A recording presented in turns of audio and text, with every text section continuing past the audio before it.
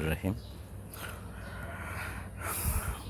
বার MCQ exam solve class, অর্থাৎ এটি bar council MCQ exam 2012 question নিয়ে আজকে আমাদের আলোচনা।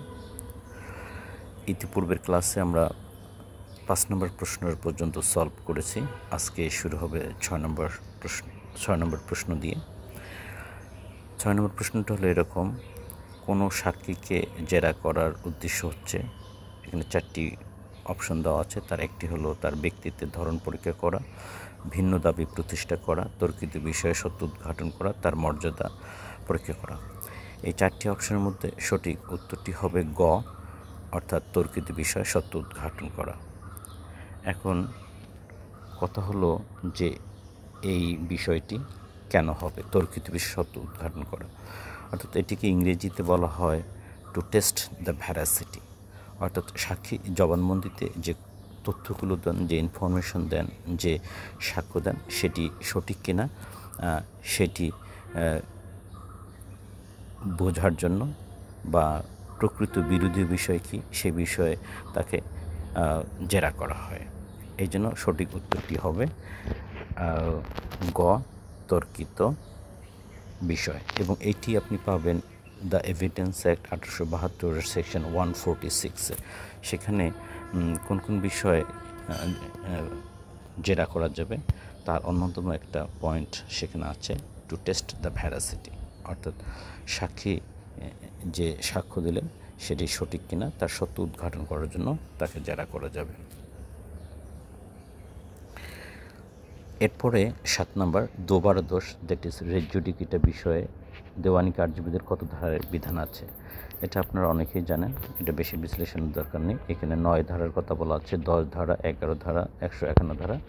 এটা সঠিক উত্তরটা হবে 11 ধারা, অর্থাৎ 11 ধারায় রেস জুডিকেটার কথা বলা হয়েছে।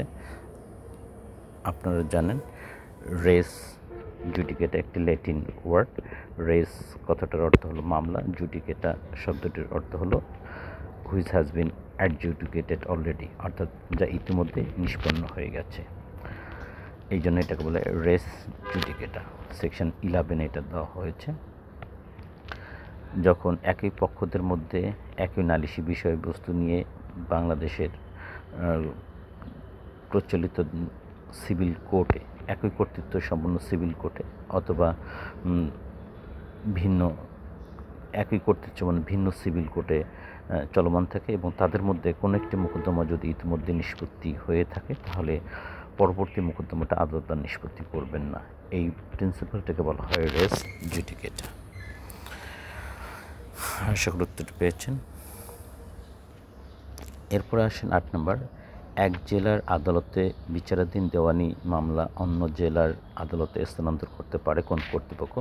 এখানেও 4টি অপশন দেওয়া হয়েছে। তার একটি দেওয়া হয়েছে সংশ্লিষ্ট জেলা জজ আদালত, খ সংশ্লিষ্ট বিচারিক আদালত, গ সংশ্লিষ্ট কোর্টের সুপ্রিম কোর্টের রেজিস্ট্রার, ঘ হাইকোর্ট বিভাগে। তাহলে 8 নম্বরের এই উত্তরটি হবে হাইকোর্ট বিভাগ, অর্থাৎ এক জেলা আদালতে বিচারাধীন দেওয়ানি মামলা অন্য জেলা আদালতে যদি স্থানান্তর কেউ করতে চায়, তাহলে তাকে হাইকোর্ট বিভাগে দরখাস্ত দিতে হবে। The code of civil procedure 1908 এর সেকশন 24-এ সেখানে এই ক্ষমতাটা হাইকোর্ট বিভাগকে দেওয়া হয়েছে। এটা সঠিক উত্তর হবে হাইকোর্ট বিভাগ। এটা সঠিক উত্তর হবে হাইকোর্ট বিভাগ।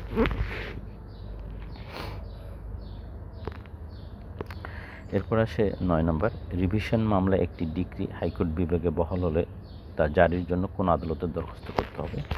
এখানে 4টি অপশন দেওয়া হয়েছে, ক হাইকোর্ট বিভাগ, খ আপিল বিভাগ, গ জেলা জজ আদালত, ঘ ডিক্রি প্রদানকারী আদালত।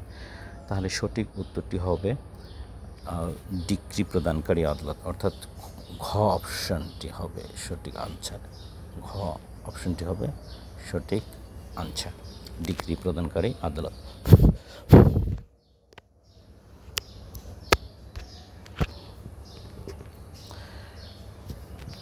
এরপরে আসেন 10 নম্বর, নিম্নোক্ত কোনো রায়ের বিরুদ্ধে আপিল চলবে না। কোন রায়ের বিরুদ্ধে আপিল চলবে না? এখানে 4টি অপশন দেওয়া হয়েছে। ক দোতরফা ডিক্রি, খ একতরফা ডিক্রি, গ পক্ষগণের সম্মতিভিত্তিক ডিক্রি, ঘ আর্জি নাকচের ডিক্রি। এখানে সঠিক উত্তরটি হবে গ নম্বর। সঠিক উত্তরটি হবে গ নম্বর, পক্ষগণের সম্মতিভিত্তিক ডিক্রি অর্থাৎ কনসেন্ট ডিক্রি। কনসেন্ট ডিক্রি গ নম্বর। আর অন্যগুলো সবগুলোর বিরুদ্ধে আপিল চলবে। এই জন্য সঠিক উত্তরটি হবে গ পক্ষগণের সম্মতিভিত্তিক ডিক্রি। এরপর আসেন 11 নম্বর। এখানে যে প্রশ্নটি আছে সেটি হলো সাক্ষ্য আইন অনুসারে 30 বছরের পুরনো একটি দলিলের সম্পাদন ও বিষয়বস্তুকে আদালত সঠিক মনে করবে যদি দলিলটি ক রেজিস্ট্রিকৃত হয়, খ সঠিক ব্যক্তির দখল থেকে আসে, গ গণস্বার্থ সংশ্লিষ্ট হয়, ঘ স্ট্যাম্পযুক্ত হয়। তাহলে এটার সঠিক উত্তরটা হবে খ সঠিক ব্যক্তির দখল থেকে আসা। সঠিক ব্যক্তির দখল থেকে আসা, এটি হবে সঠিক উত্তর। এই উত্তরটি আপনি পাবেন দ্য এভিডেন্স অ্যাক্ট 1872 এর সেকশন 90-তে। সেখানে বলা হয়েছে যে if a document is purports to be 30 years old and comes from proper custody, এরকম একটা শব্দ আছে এবং সে কারণে এটা সঠিক উত্তরটা হবে খ নম্বরটি, সঠিক ব্যক্তির দখল থেকে আসে। এরপর আসেন 12 নম্বর। এখানে 12 নম্বর প্রশ্নটা হলো কোন সাক্ষ্য সাধারণত গ্রহণযোগ্য নয়। এখানে 4টি উত্তর আছে। ক দেখার ভিত্তিতে প্রদত্ত সাক্ষ্য, খ অন্যের নিকট শোনার সাক্ষ্য, গ অবস্থাগত সাক্ষ্য, ঘ গৌণ সাক্ষ্য। তাহলে কি আমাদের সামনে প্রশ্ন কি, কোন সাক্ষ্য সাধারণত গ্রহণযোগ্য নয়? এটার সঠিক উত্তর হবে খ অন্যের নিকট শোনা সাক্ষ্য, অর্থাৎ হেয়ারসে এভিডেন্সের কথা এখানে বলে দেওয়া হলো যে অন্যের নিকট শোনা সাক্ষ্য। মৌখিক সাক্ষ্য, সাক্ষ্য আইনের সেকশন 59-এ বলা হয়েছে যে কোনো ঘটনা দলিলের বিষয়বস্তু ব্যতীত মৌখিক সাক্ষ্য দিয়ে প্রমাণ করা যাবে, কিন্তু সেই সাক্ষ্যটা কেমন হবে, সেই মৌখিক সাক্ষ্যটা কেমন হবে সে বিষয়ে এভিডেন্স অ্যাক্টের সেকশন 60-তে বলা হয়েছে। সেখানে বলা হয়েছে যে মৌখিক সাক্ষ্য হতে হবে প্রত্যক্ষ, অর্থাৎ oral evidence must be direct.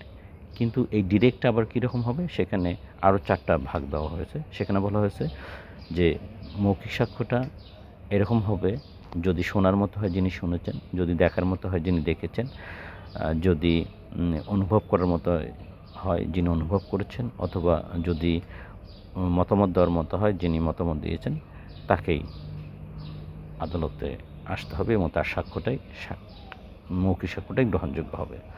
তাহলে এভিডেন্স অ্যাক্টের সেকশন 60-র বিধান থেকে আমরা এটা সুস্পষ্টভাবে বলতে পারি যে অন্যের নিকট শোনা সাক্ষ্য এটা সাধারণত গ্রহণযোগ্য হবে না। এটা হবে সঠিক আনসার খ, অন্যের নিকট শোনা সাক্ষ্য।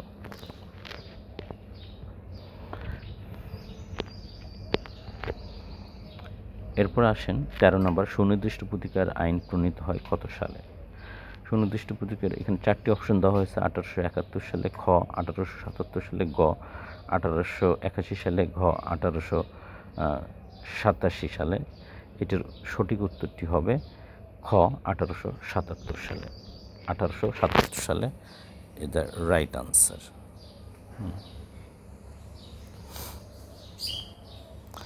1877 সালে। তো দিস ইজ অল টুডে। আপনারা যারা ঘরে বসেই এমসিকিউ প্রিপারেশন পরখ করতে চান আমাদের সঙ্গে যোগ দিতে পারেন। ডেসক্রিপশন বক্সে দেয়া হোয়াটসঅ্যাপ নাম্বারে মেসেজ করতে পারেন। আমাদের কাছে সলভ ক্লাসগুলো করতে পারেন বিগত সালের প্রশ্নগুলো নিয়ে।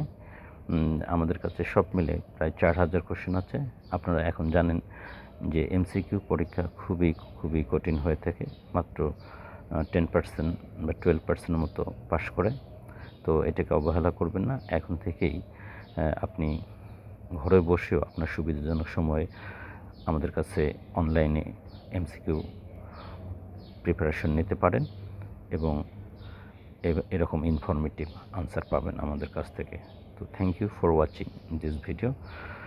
আপনার ভিডিওটি ভালো লাগলে সাবস্ক্রাইব করতে পারেন, আপনার বন্ধুবান্ধবকেও সাবস্ক্রাইব করার জন্য উৎসাহ দিতে পারেন। Thank you.